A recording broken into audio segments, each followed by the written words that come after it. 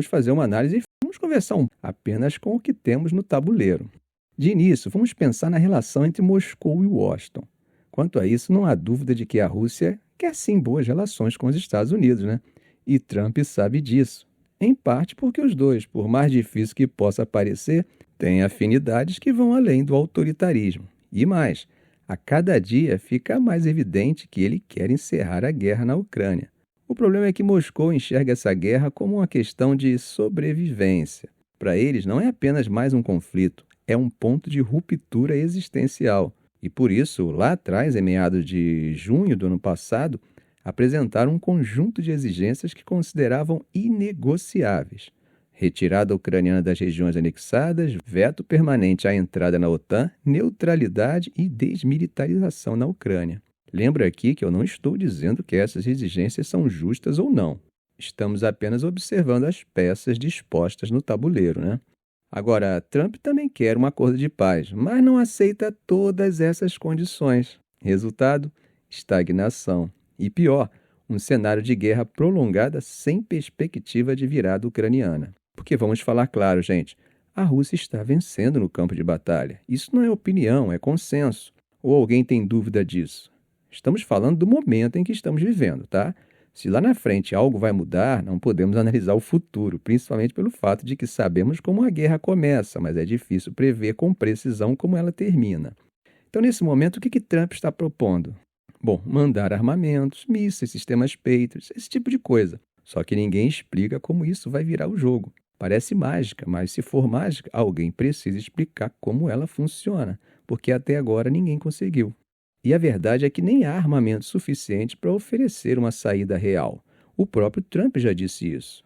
Ou seja, gente, então o discurso segue vazio, né? A retórica acaba substituindo a estratégia. E aí vem aquela pergunta inevitável: será que essa gente não percebe isso? Porque Trump e sua equipe passaram a falar igualzinho aos europeus e aos próprios ucranianos, cheio de promessas, sem plano. Falam de mais armas, mais ajuda, mais inteligência, mas não contam a história completa. Resultado: uma guerra empacada com esperanças falsas e nenhuma solução prática no horizonte. A insistência no cessar-fogo é outro ponto. A Rússia já disse e repetiu até cansar que não aceita. E de forma bem racional e prática, não é difícil entender o porquê que ela diz isso, né? Se você está ganhando, por que daria ao inimigo um tempo precioso para respirar, se reagrupar e voltar mais forte? Faz sentido para alguém? Bom, meus amigos, antes de irmos embora, vamos conversar um pouco sobre a atual situação do conflito na Ucrânia. Vamos fazer uma análise fria, sem paixões, tá? Apenas com o que temos no tabuleiro. De início, vamos pensar na relação entre Moscou e Washington. Quanto a isso, não há dúvida de que a Rússia quer sim boas relações com os Estados Unidos, né? E Trump sabe disso.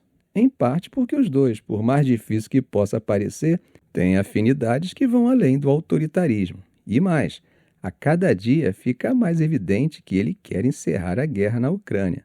O problema é que Moscou enxerga essa guerra como uma questão de sobrevivência. Para eles, não é apenas mais um conflito, é um ponto de ruptura existencial. E por isso, lá atrás, em meados de junho do ano passado, apresentaram um conjunto de exigências que consideravam inegociáveis.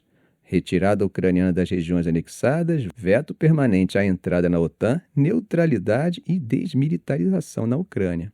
Lembro aqui que eu não estou dizendo que essas exigências são justas ou não.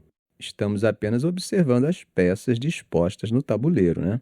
Agora, Trump também quer um acordo de paz, mas não aceita todas essas condições. Resultado? Estagnação.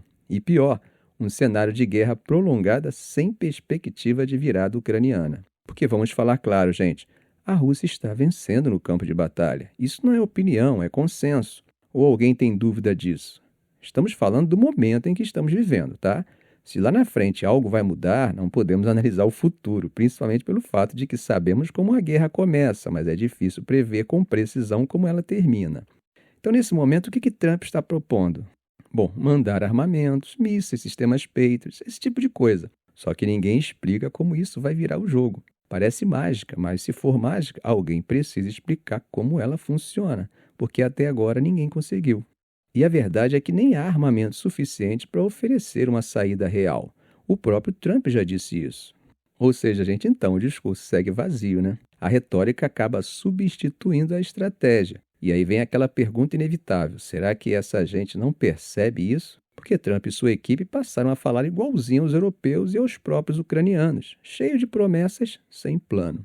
Falam de mais armas, mais ajuda, mais inteligência, mas não contam a história completa. Resultado: uma guerra empacada com esperanças falsas e nenhuma solução prática no horizonte. A insistência no cessar-fogo é outro ponto. A Rússia já disse e repetiu até cansar que não aceita. E de forma bem racional e prática, não é difícil entender o porquê que ela diz isso, né? Se você está ganhando, por que daria ao inimigo um tempo precioso para respirar, se reagrupar e voltar mais forte? Faz sentido para alguém?